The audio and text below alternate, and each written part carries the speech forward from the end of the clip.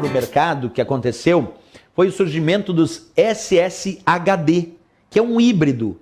Num SSHD, eu tenho parte HD, disco rígido, com discos girando em alta rotação, e tenho parte SSD, quer dizer, microchips, onde recebem os dados gravados. É como se eu te dissesse o seguinte: eu vou pegar um HD, um disco rígido, vou pegar um SSD e vou juntar esses dois num equipamento só. E aí vai surgir um outro dispositivo de armazenamento chamado SSHD, que é um híbrido, porque parte dos dados são armazenados em discos rígidos, magnéticos, então tem armazenamento magnético, e parte dos dados são armazenados em microchips, portanto tem parte do armazenamento eletrônico. Então um SSHD, é bom lembrar, existe e é um híbrido. É como se eu tivesse um HD e um SSD junto no mesmo equipamento.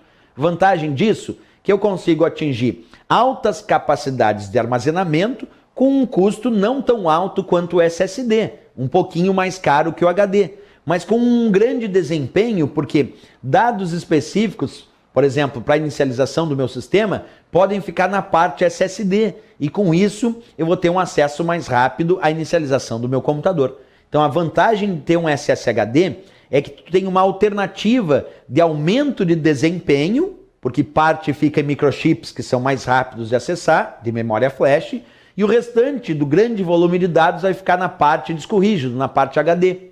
Com isso, um híbrido acaba sendo mais rápido que um disco rígido tradicional e acaba sendo também mais barato que um SSD, que é muito caro.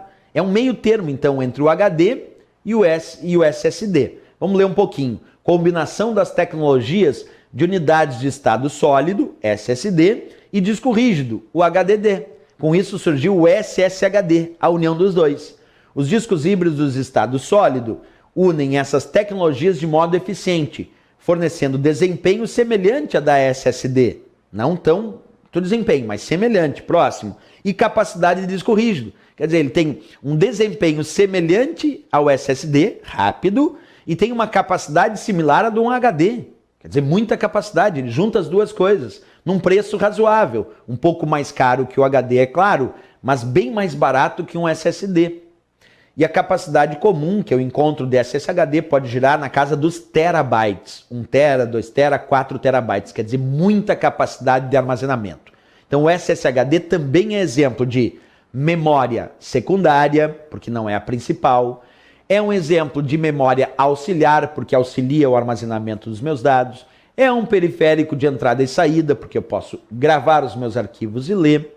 Também posso chamar, aí tem que cuidar, de dispositivo de armazenamento em massa. Por quê? Porque também armazena um grande volume de dados. Então, memória de massa, memória auxiliar e memória secundária. Assim como isso também é resposta para o disco rígido, que é o HD, e para o SSD.